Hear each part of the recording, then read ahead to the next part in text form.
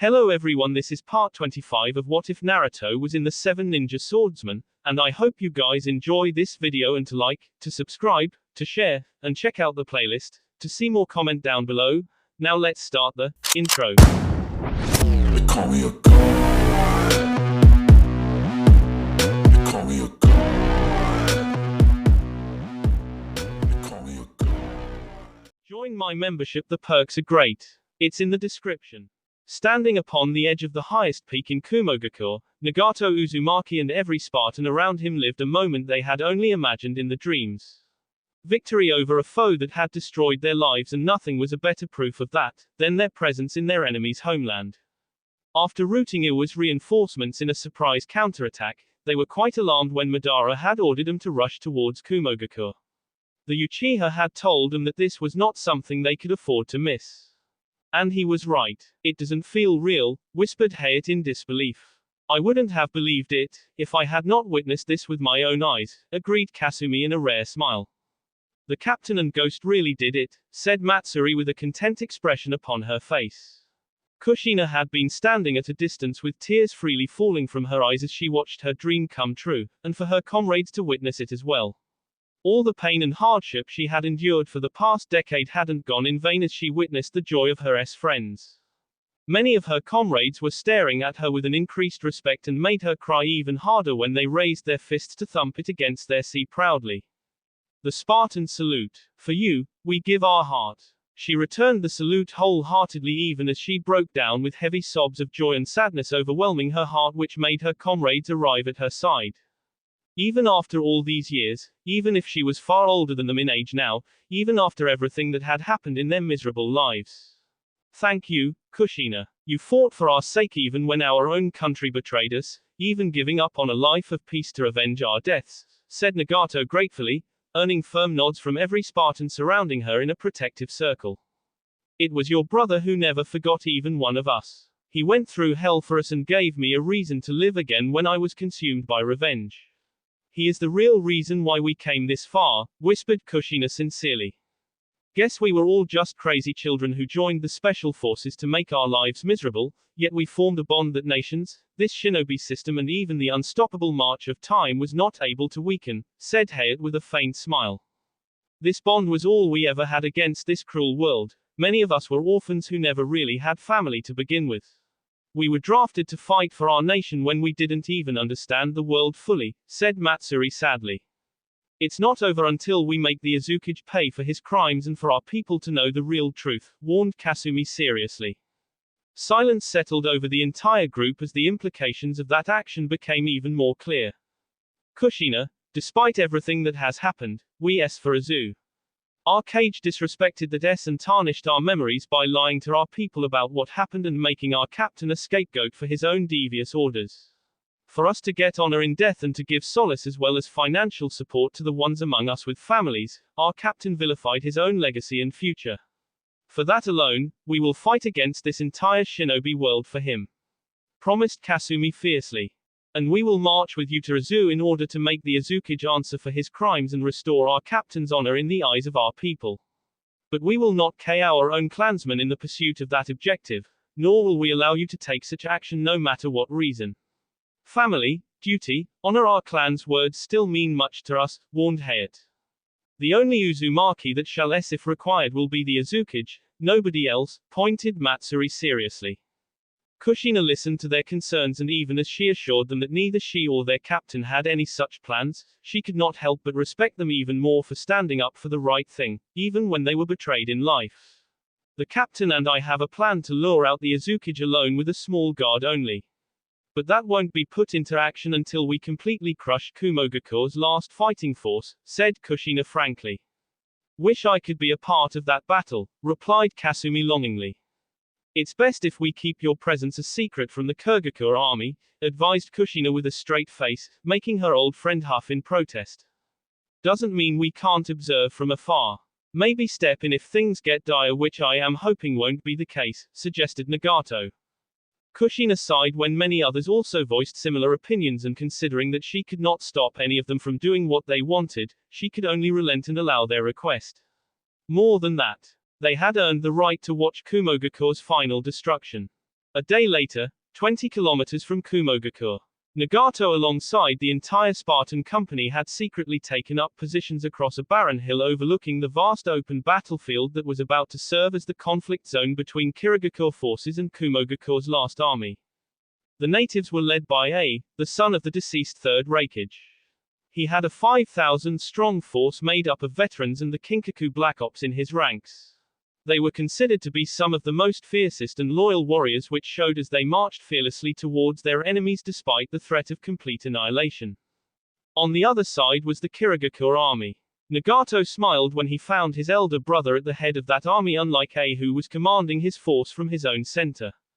The Kirigakure army had 6,000 men in its ranks after having left behind more than 1,000 to continue occupying Kumogakure and the losses they suffered while taking the village.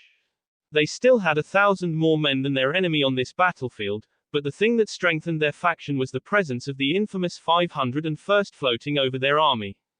The captain made our duplicates. Wonder how they shall fare against us, said Kasumi curiously. They are good, but we invented a warfare. We'll still kick their, commented Hayat confidently, earning a smirk from his redhead female friend. Well, if they get their kicked, we'll have to step in and save them, joked Nagato. I doubt that, look, pointed Matsuri. A's army. Ginkaku, take the Kinkaku Black Ops and lead the right flank. Arima, you'll lead our center. Mayuri, you'll lead the left flank. A was about to give his next set of orders when one of his officers trembled beside him, which made him look at the man. Get it together, can I? I need every man ready to fight and for this battle if need be. Anything less and all hope for our people is lost, reminded A furiously, and frowned when the despair across the dark-skinned man's face deepened further. It's not going to be battle, Lord A. The third Raikage's son was confused upon hearing those disheartened words and looked in the direction his officer had been staring at and was left speechless himself. Mai Terumi, the Six-Tails Jinchuriki, marched to the center of her army and took up a position beside her Mizukage. At the same time, the Kirigakure forces dragged two of the captured Kumogakure Jinchuriki, the 2 and 8 tails, to their left and right flank to be used against their own brethren. Fukai and Yugito, no, whispered A in despair. He watched a female redhead and another clone of hers forcing the 2 captured Kumo Jinchuriki to unleash their bestial powers with the help of the chakra chains from her body that linked her directly to their chakra network. His eyes widened in horror as he understood the real intention of his enemy and turned towards his last and only hope. Ginkaku. The new leader of the Kinkaku Black Ops saw an old foe in the form of the blonde Mizukage looking directly at him. He swiftly ordered his special forces to charge towards the enemy lines and started his own transformation by calling forth the bestial 9 tails chakra within his own body. Following their lead, the last Kumogakure army charged alongside A. How pitiful. Mai looked at the 4th Mizukage as he said those words upon witnessing the enemy's desperate charge towards their lines. She was even more surprised when she saw Naruto clenching his fists painfully and anger clearly present in his eyes. To make the same mistakes again and again, to continue fighting even when doing so only causes more pain and misery, whispered Naruto sadly. You were right, Madara. Humanity has never truly united for itself, always so short-sighted and petty even in the face of annihilation. They'll kill themselves and this world even if the Otsutsuki never attack us. But I truly didn't want this to be the case. I wanted to believe in them more than anything else. Yet they'll never understand, thought Naruto regretfully. The fact that A had laughed at the Mizukage's offer for surrender that he had sent via one of the Zetsu and even K the messenger in retribution only added to the young Kage's despair. More than enough blood had already been shed, including those of young enemy children who in a valiant yet doomed effort to save Kumogakure, refusing to accept the offer of surrender extended by the victorious Kirigakure army, which increased his hatred for this shinobi system that indoctrinated young children across nations to needlessly. Just as it was with the Spartans. A part of his heart accepted that maybe the plan he and Madara wanted to implement was too extreme. Ino certainly seemed to believe that to be the case. It was why he was not afraid for his own future. If he was wrong and his solution for peace was flawed, then mankind would find a way to stop him and win back their future. Whatever it was would be up to them.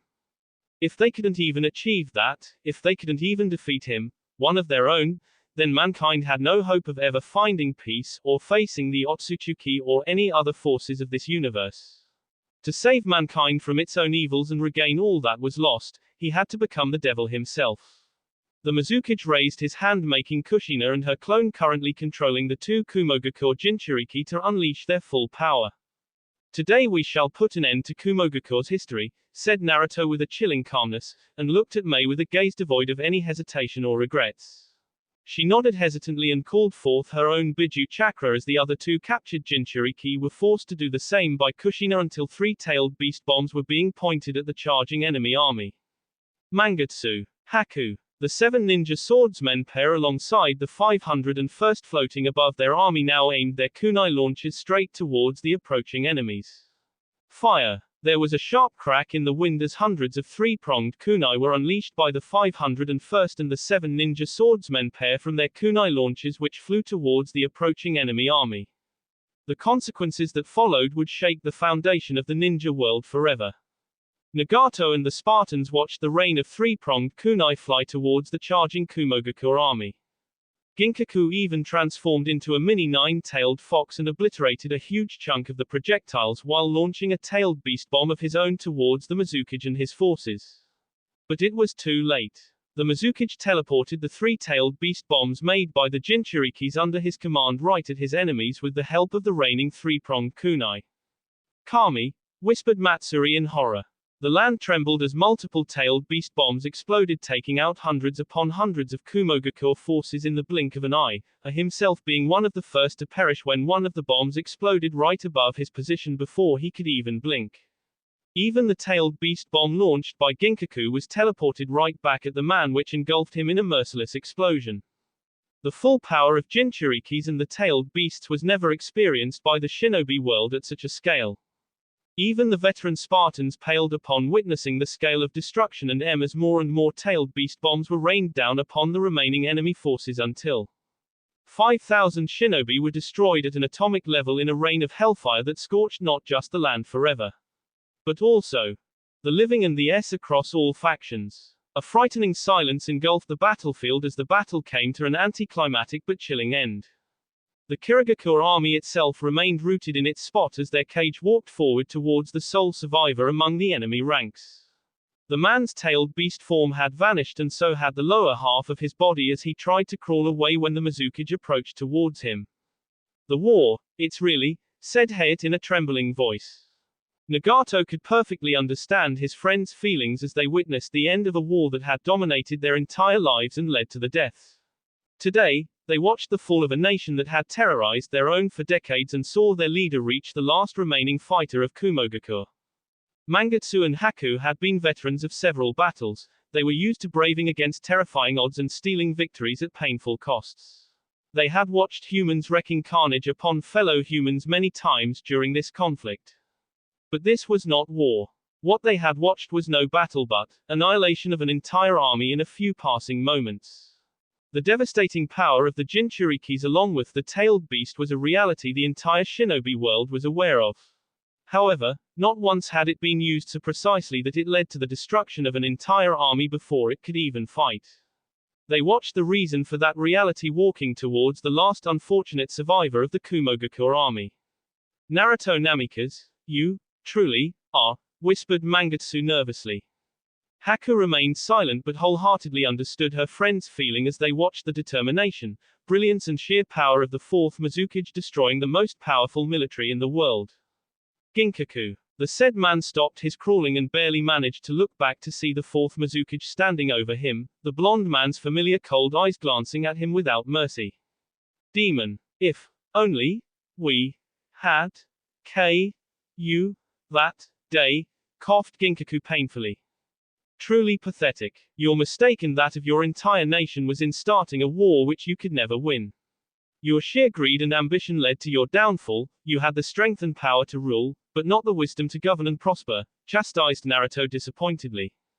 And you will be any different. Don't mock me, retorted the older man even as he dissolved into a painful fit of coughs. I will. And when you do meet your brother Kinkaku, your Raikage, Lord A, your own men alongside every one of your deceased comrades, tell them that their memory and legacy shall disappear from this world, announced Naruto mercilessly.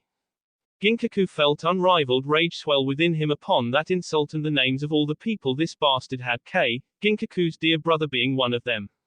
But before he could retort, what? The Kumogakure shinobi was shocked when he was swarmed by a familiar ash-like chakra that covered his remaining body completely with only his eyes kept free to see the man who destroyed his world looking at him with a satisfied smile.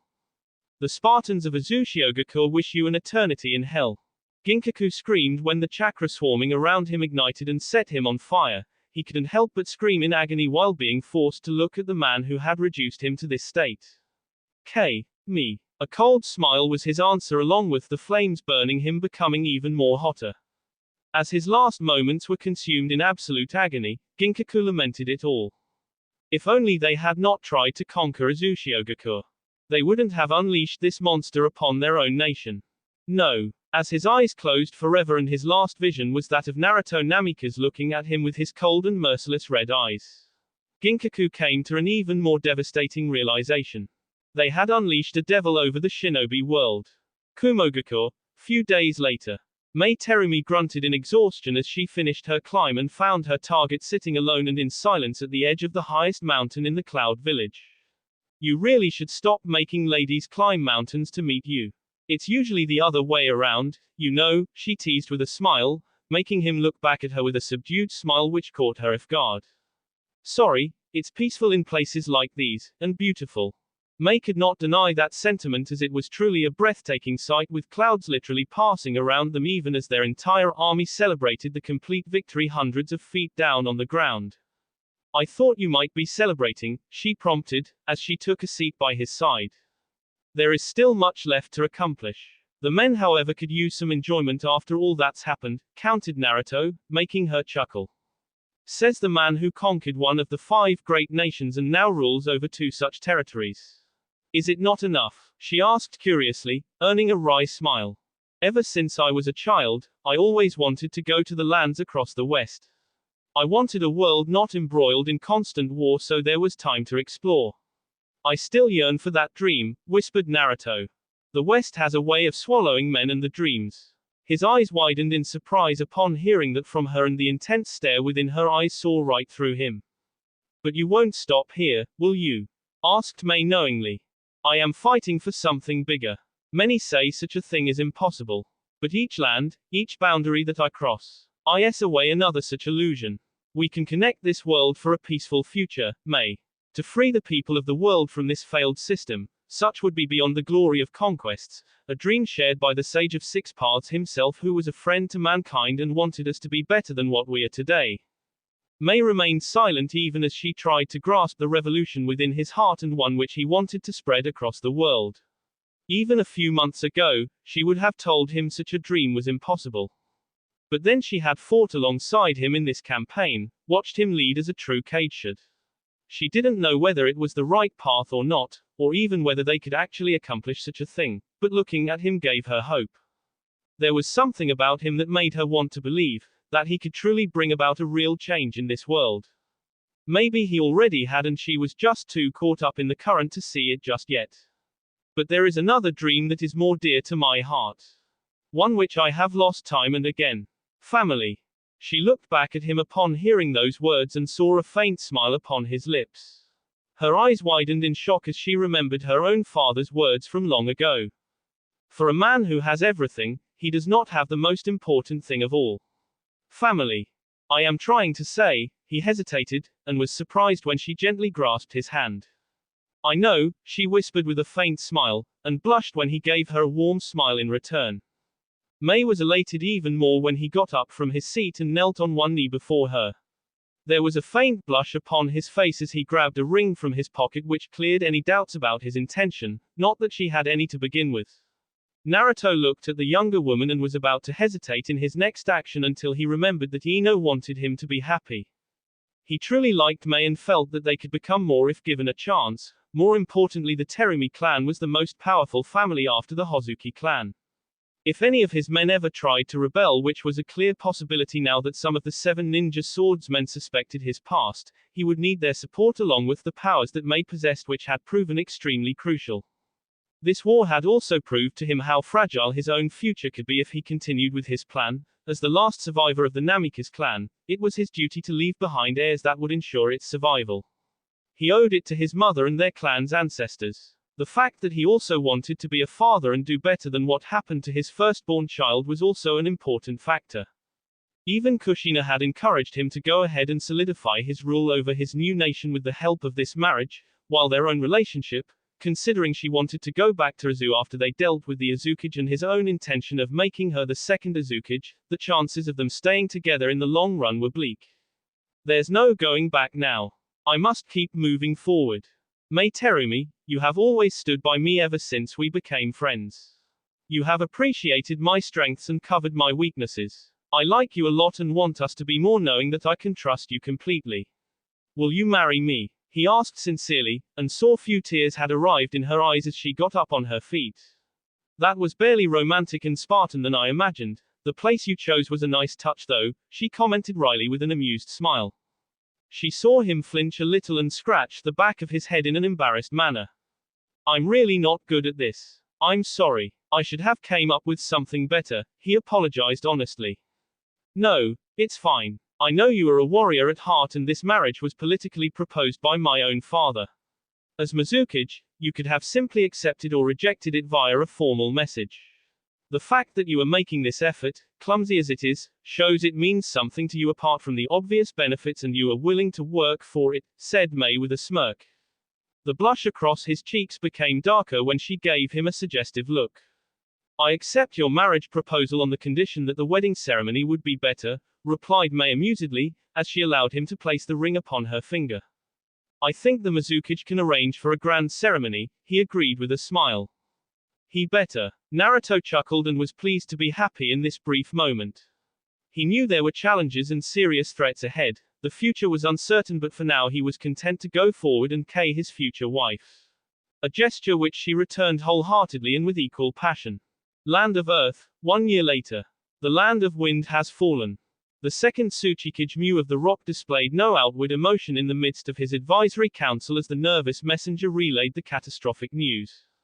The same could not be said for his top commanders, advisors and even his own student Onoki, now missing an eye thanks to his failed effort of saving the land of lightning, which had fallen in the same manner, albeit in a bigger B.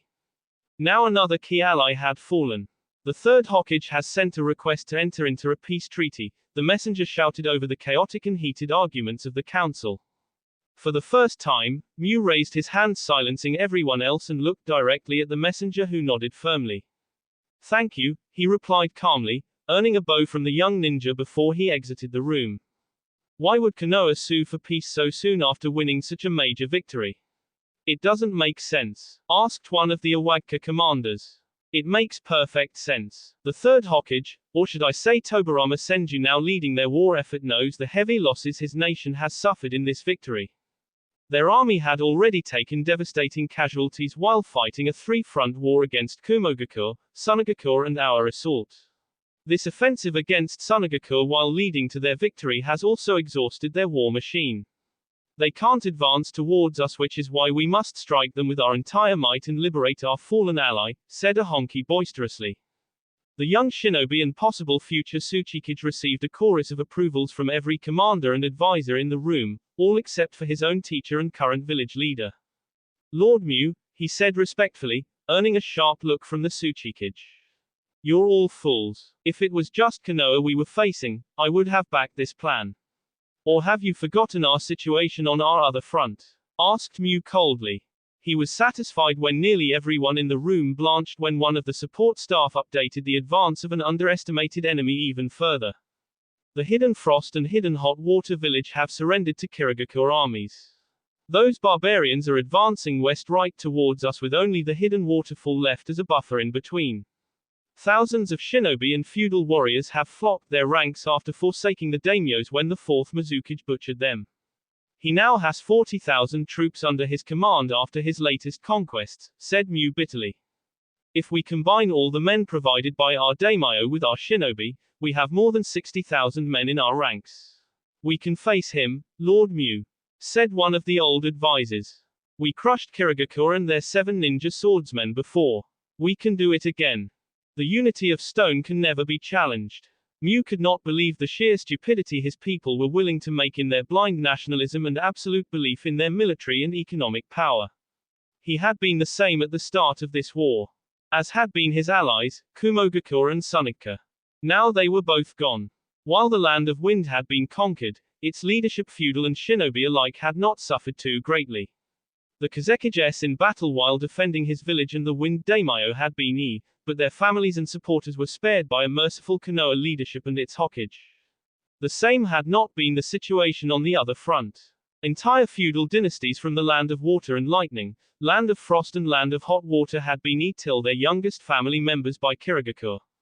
Their shinobi villages not strong enough to stop the Mizukage and his victorious armies, now having 4 Jinchuriki in their ranks.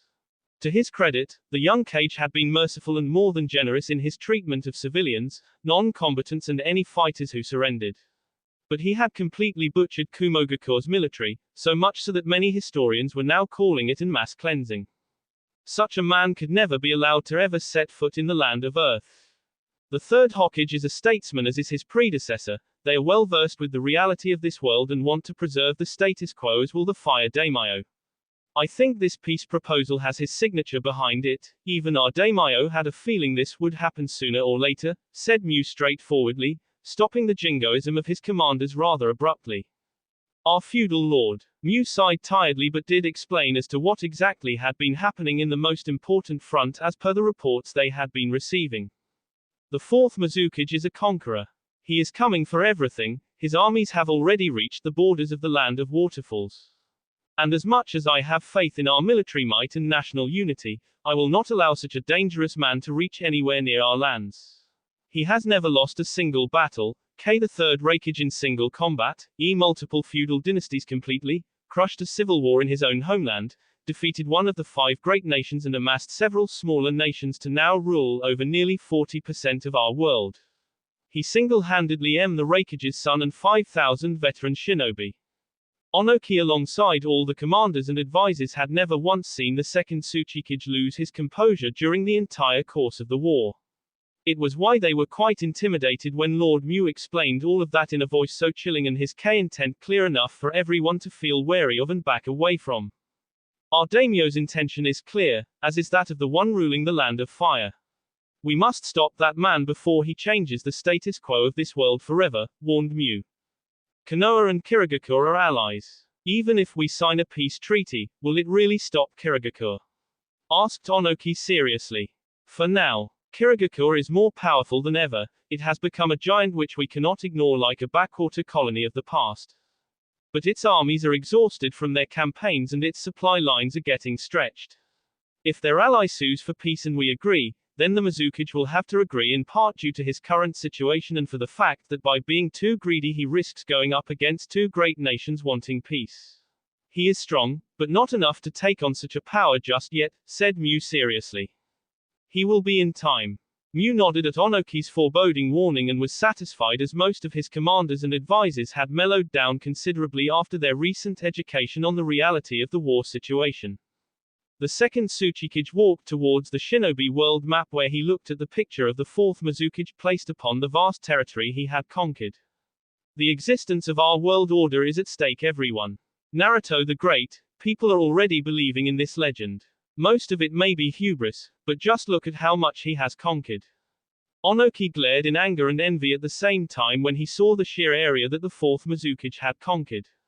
His nation now started from the land of water, stretched across the seas to the land of lightning, went further into the jungles of the land of frost and the mountains of the land of hot water. He ruled over not just 40% of the world, but almost equal population, resources and economic power. His veteran army was growing larger and stronger, its warriors having absolute faith in their undefeated Kage. If we don't take the peace deal, then we will be in a 2-front war with Konoha approaching us from the south and the 4th Mizukage from the east. Even if we manage to repel them, our nation will be devastated and ruined for generations. More than that, we need to accept this reality and make new alliances against the threat we all face, said Mu frankly. We can't afford a 2-front war, agreed Onoki reluctantly. Have our diplomatic envoys engage the land of fire in negotiations immediately. Onoki, you will lead these talks. The very first condition for our engagement will be a ceasefire on all fronts. Instructed Mew seriously. Do you really think Konoha can make Kirigakure stand down so quickly? Asked Onoki hesitantly. They have no choice. Otherwise, the full might of Iwagakure will descend upon them. It'll take a few weeks for the Mizukage to reach our borders. Before that happens, we will crush the Land of Fire's remaining forces so brutally that their hold over the Land of Wind will be untenable. Tell the Hokage, I guarantee that. Onoki flinched but nodded at his cage's orders even as Mew turned back towards the map of the shinobi world. If this works, the second great ninja war is finished, whispered Mew disappointedly, as things had not at all gone in their favor. 2 of the 5 great nations had fallen, leading to the birth of 2 new superpowers threatening Iwa's existence. Thousands upon thousands had across the world economy was badly damaged, even the status quo had been altered so severely that it threatened the entire shinobi world itself. Most importantly, Mew's eternal rival Genjutsu Hozuki had cursed the shinobi world. The second Mizukage had been by the water daimyo, which started a civil war that not only led to the of that entire feudal dynasty by mist shinobi, but now those very same warriors were creating a new world by destroying every feudal dynasty across the world and conquering nations. The crazy bastards had even given this conquest a name. The Great March. Hozuki, what kind of monster have you unleashed upon us all? Even in death, you still are leaving behind great problems for me to deal with. But he had a feeling the next one would be on the horizon soon enough and would be more devastating if they failed to contain the 4th Mizukage quickly. For the future of the shinobi world order and feudal dynasty rule, that man had to be dealt with permanently. And Mew intended to see to that task, no matter the cost or consequences. Damn you, Naruto Namikaze. 1 week later, near Land of Waterfall border, Kirigakure Army Camp. You weren't kidding, great uncle. This is. Tobirama Senju could understand Tsunade's astonishment upon seeing the sheer number of fighters residing inside the massive Kiri army camp. His niece seemed a little intimidated, but he knew it was necessary for her to understand the different powers that now existed across the world. With Nawaki heroically in the conquest of Sunagakure and his elder brother's children having already in earlier conflicts, it made Tsunade his grandniece the only possible leader to the Senju clan after him. No. There is another more deserving. He stopped those treacherous thoughts from gripping his heart as they were nothing more than a mere fantasy. Does my uncle really command such a massive army? Whispered Tsunade, barely audible enough for Tobirama to hear and not the guard that had accompanied them here and were currently staying at a little distance from the twin Senjus due to Tobirama's instruction. He had told the girl about the real identity of his secret son. She hadn't believed him at first, but when Mito, her grandmother, had vouched for the same, Tsunade had been left speechless for a few moments before she had suggested Naruto to be named as the rightful leader of the Senju clan after Tobirama. He had the lineage, was more powerful than anyone else including Tobirama among the Senju clan, and the only suitable adult male left after 2 great ninja wars who had the ability to lead. Nawaki could have been one in time, but his unfortunate death in Tsunade's fall had placed their clan in a precarious situation. As such, it left Tobirama with Tsunade, and if she was to lead their clan, then she had to know about everything, including its dark secrets. The existence of a Senju descendant who was now the 4th Mizukage being one among them. He is exceptional and brilliant in war and leadership. Which is why we must ask him to stop for the sake of the shinobi world, said Tobirama frankly. The Hokage and his advisors should have been here to lead these talks in person, said Tsunade with a heavy frown. Hiruzen doesn't have a good relationship with Naruto because of reasons you already know. The less said about Danzo and the others, the better. The Senju clan is the only one who can even have a chance of getting an audience from him, explained Tobirama honestly. What they did to Uncle was a mistake. One which has costed us dearly, said Tsunade hesitantly. I know, Tsunade. Better than most. Tsunade lowered her head for making a statement like that, for no one had lost more than her great-uncle due to the mistakes made by the 3rd Hokage and his advisors. I haven't seen my son in a long time, wasn't even invited to his 2nd marriage. I don't know how much he has changed, but I believe he is a fundamentally good man. Still, we must be prepared to protect the interest of our nation above family, advised Tobirama seriously.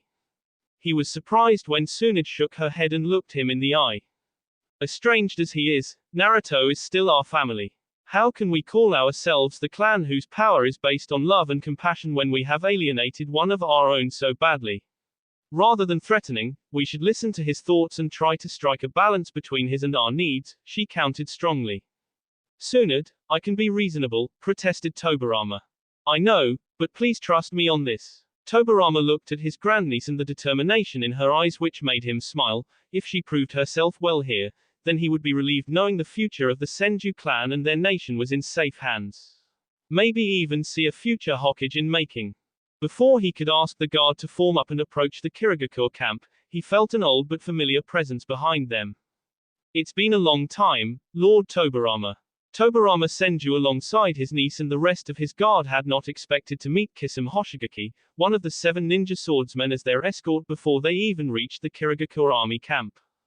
The infamous warrior had greeted them curtly and escorted them respectfully to what was now a full-blown military function being conducted by their allies. I have a feeling they planned this demonstration instead of us springing up in the middle of it, said Shisui Uchiha, the young leader of his clan. The boy had proven himself a capable warrior and a fine leader after the death of his father Kagami in battle, one of Tobirama's prized students. Tobirama agreed with the Uchiha's suggestion as their entire entourage was now seated upon a large stage built to observe the entire ceremony and even joined by all the 7 ninja swordsmen who seemed proud and eager for the ceremony. The former Hokage could understand their feelings considering it would be their men participating in this ceremony and their performance would reflect upon their general's conduct as well. He smiled when he saw Tsunade was quite excited for a change when the war drums started beating and the ground started shaking a little at first before it transformed into a sizable tremor. In the past 1 year, Kirigakure had not just conquered nations and increased its power significantly but also brought more improvements and changes to their military structure. It was evident when the 1st Legion under the command of General Mangetsu Hozuki began the flag march. The Hozuki clan head looked extremely proud when the finest representatives from his 10,000-strong army roared a mighty war cry before pointing their swords respectfully towards their leader and the other dignitaries. They were considered to be the finest fighters of their nation, always serving as the vanguard in every campaign. Following them was the 2nd Legion under the leadership of General Amayuri Ringo. The female swordsman grinned victoriously when the representatives of her 8,000-strong force fired off a sea of lightning bolts from their swords making the very skies rumble tremendously. The 3rd Legion under the leadership of General Kisame Hoshigaki were unique as their leader. Tobirama's eyes widened in surprise when he saw the small group representing the 8,000-strong force marching in discipline upon a tidal wave of water that they also controlled. It was a bizarre sight but one which also displayed the sheer control these ninjas had over the water element, a feat which truly earned them the former Hokage's respect. The 4th and 5th Legion were under the command of General Hakuyuki and General Jinpachi Munashi, both having 8,000 warriors each and respectable fighting forces to be wary of. Each legion is an army on its own, commented Shisui warily. Tobirama agreed with that accurate assessment from the Uchiha leader as he had seen a complete contingent in every legion. Scouts and sensors, battle ninjas, medics, sealing experts, communications specialists, airborne special forces, engineers, logistics and support units. Lord Fourth call it's the core system, said Mangetsu proudly, upon seeing the Konoha delegation's curiosity. Is your navy a part of it? Asked Tsunade excitedly. No. They're an independent force led by Admiral Zabuza Momoichi. We rule the seas with their help. Tobirama gestured his grandniece to maintain her silence instead of answering upon that remark, nor did he miss the slight tightening of Zabuza's fists even as the man kept a stony silence. So, there are cracks no matter how small. Impressive. Although I wonder if your men are not exhausted from the constant campaigns. Haven't they not seen their homes in nearly 2 years? He asked carefully. We march for as long and far as our Mizukage desires, answered Mangetsu curtly, but Tobirama smiled when he saw the boy's clenched fists indicating that his remark had some truth which the Kiri leaders found hard to digest. They were interrupted when the troops of all the legions saluted towards the north as the former Hokage felt a powerful presence arrive inside the camp. His eyes widened when he saw the person to be none other than his own son, the 4th Mizukage. What is this? Tobirama was left speechless and rattled when he caught a good look of the man who had taken the ninja world by storm. The last time he had seen him, he had been a young man in his eyes. Full of youth, idealism and patriotism. Now there was a veteran Kage before him, one born and shaped by the horrors of the ninja world. He was in an even fitter physical form than earlier. He had allowed his hair to grow slightly longer and his cheekbones were more defined. What was most surprising was the thin but well-maintained goatee that gave him a more mature appearance.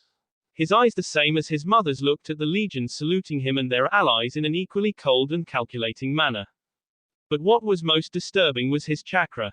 There had always been a hint of malice in his powers, most probably due to the dark power he inherited from his younger step-brother before his. But now his entire chakra felt like a cold and merciless power threatening to consume anything that got in its way. But there was a more disturbing presence that rankled Tobirama terribly. He was not surprised when the Mizukage looked at him and offered just a single nod.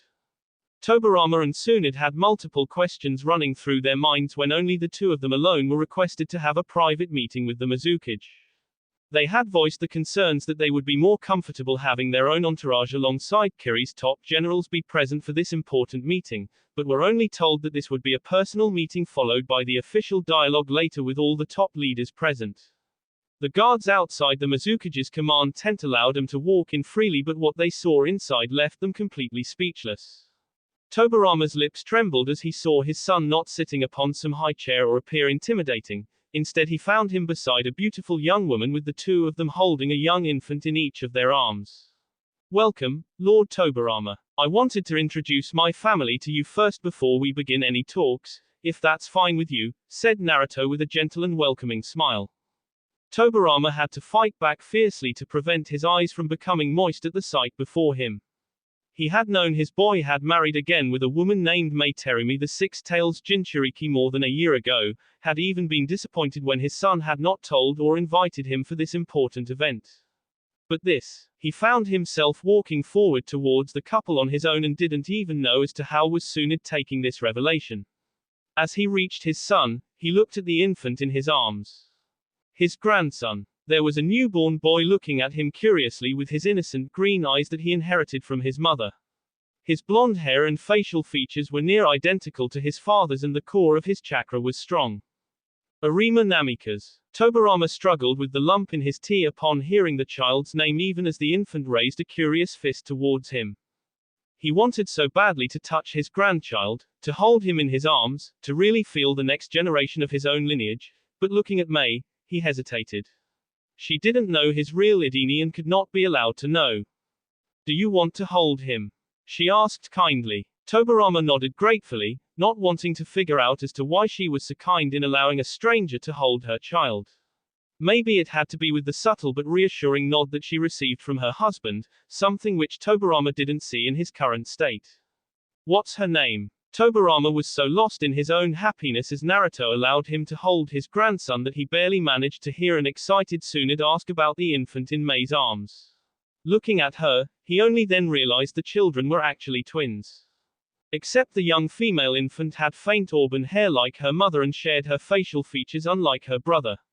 But one look in her blue eyes was enough to prove just whose daughter she was. Inoue Namikaze, said Mei with a warm smile, earning a burp from the infant and a wide smile from Tsunade. Tobirama looked at his son with the unsaid question clearly present in his eyes, to which Naruto just gave a nod. In the end, it wasn't that surprising that his son ended up naming his granddaughter after his own mother whom he loved dearly. A feeling which Tobirama himself shared.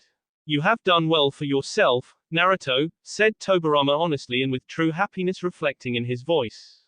More than his numerous conquests and other achievements, Tobirama was most proud of the family his son had managed to build even after everything he went through. Maybe they would be able to fill the hole in his heart which even now Tobirama saw in his bittersweet smile. Yes, was all Naruto said. It's good to see you again, Lord Tobirama, and who is this young lady? Questioned Mei sincerely. You have grown taller and stronger since I last saw you, Tsunade Senju, commented Naruto with a faint smile, before the Senju clan head could answer that question. Mei curiously watched the young Senju teenager blush upon that praise even as she shook the Mizukage's offered hand shyly. She's my grandniece and the future leader of my clan, answered Tobirama respectfully. Mei smiled widely and shook hands with the future Senju clan leader much to Tsunade's delight. In all honesty, Tobirama found it quite hard to believe that this young woman was not just his daughter-in-law but also the second most powerful person in the new Kiri nation. While Naruto and his armies had continued the great march to conquer more and more nations, the responsibility of uniting this new superpower had fallen upon her shoulders not just as the Mizukage's wife but according to some rumors as his chosen successor as well. Just like her husband was a great leader, she was one in her own right. Her very first act was to ban practiced by many of Kiri's ninja clans since their village's founding. She even went a step further and abolished the entire feudal nobility prevalent not just in her own nation but across the vast territories her husband conquered. That instantly made her a hero in the eyes of their new subjects and common populace who had concerns about being abused by this new leadership just like the past. With the vast wealth and resources they had conquered, Mai Terumi actually formulated a wise strategy of stabilizing their large nation. Instead of the benefits being hoarded by the ninja clans in the past, she offered them a respectable portion for their loyalty. She also honored her husband's promise and ensured the families of every deceased warrior from their army irrespective of which territory they came from and who in battle never paid any taxes for the rest of their lives. She even repaid the debts accrued by the Kiri shinobi apart from giving them financial and honorary rewards that ensured their absolute devotion and loyalty not just to their Mizukage but also to herself. But it was the civilians who benefited most from her leadership. With Naruto's blessing, she was free to govern their empire and make policies she found suitable for its development. She increased taxes greatly upon the richer sections and utilized the additional resources to make education and healthcare a basic right for every citizen across their nation. It was a historic decision and the first of its kind in the shinobi world. It was still in the process of being fully implemented and had its challenges, but the people were now truly hopeful for their future and that of their children. She was the one who persuaded her husband to dismantle hidden villages in their conquered territories completely. Not only were the powerful symbols of the past but also huge cost centers which consumed vast resources that were in the way of her welfare initiatives for the common citizens. Normally, such a move would have led to widespread riots and discontent, but the exhausted populace from the conquered territories wanted an end to the war. When they saw their shinobi would be no match for the ever-growing Kiri armies and its powerful Mizukage, they backed the move and those fighters were absorbed by Naruto in their nation's standing legions. Mai used those freed-up resources to strengthen their nation's infrastructure by developing roads, ports and waterways. She established a permanent channel of transportation between the land of water and its conquered territories on the main continent. She supported the farmers and was on track to make their nation fully self-reliant in food production in a few years. She formed regional and local governments whom the people could approach for their concerns and wishes and who in turn would report to her, and she would in turn keep the Mizukage apprised with the true situation of their citizens while he focused on security and international relations. I have heard great things about you, Lady Mai, said Tobirama respectfully. Likewise, Lord Tobirama. I have heard great things about you from Naruto as well, replied Mai courteously. Oh, is that so? He asked with a harmless smile, while glancing a peek at his son who was looking at his child instead of paying attention to the conversation happening around him. Yes, you're a great shinobi. He respects you as a warrior and strategist. The way you defeated the Land of Wind was quite impressive, congratulated Mai. I had help, answered Tobirama simply, earning an inquisitive look from the young woman. Some of your battle strategies were so alike to Naruto's own. Pardon my forwardness, but in many ways you are quite similar to Naruto here. Tsunade paled a little upon hearing those words and looked at the Kiri matriarch warily. If only the woman knew how close to home her prediction had been and that she was surrounded by her husband's family at the very moment. The father and son merely glanced at each other upon that remark until Naruto smiled before handing over his son to his wife. I want to take a walk with them. Can you get the rest of their party and our comrades seated for the negotiations, please? Asked Naruto. Very well. Don't keep everyone waiting too long, warned Mai, earning a mocking bow from her husband before she went away with the children in her arms. Only when she was completely gone did the smile vanish from the Mizukage's lips as he looked at twin Senjus before him in his usual calculative manner. Judging from the way Tsunade has been staring at me, did you tell her the truth, Lord Tobirama? Asked Naruto seriously, making the young girl blush.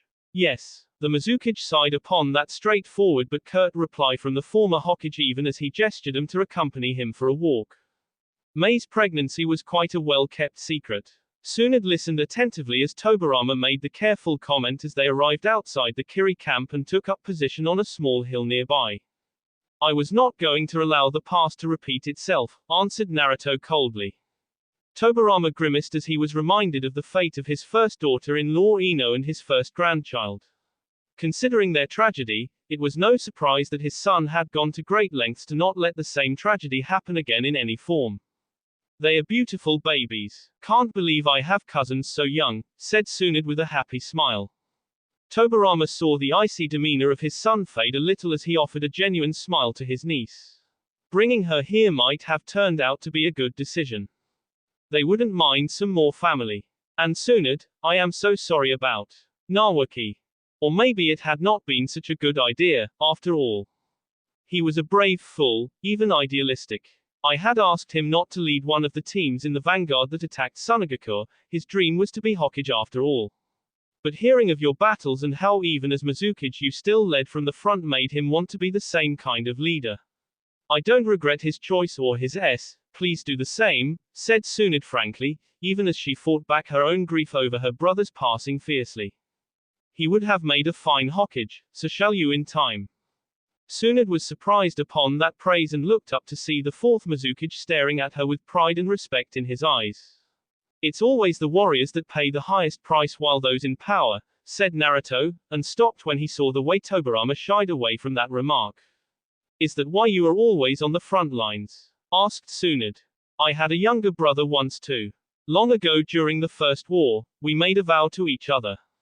That we would never act like the despicable feudal dynasties or cowardly cages who hide in their castles and villages while sending young children to That we would always lead from the front and seize our victories ourselves.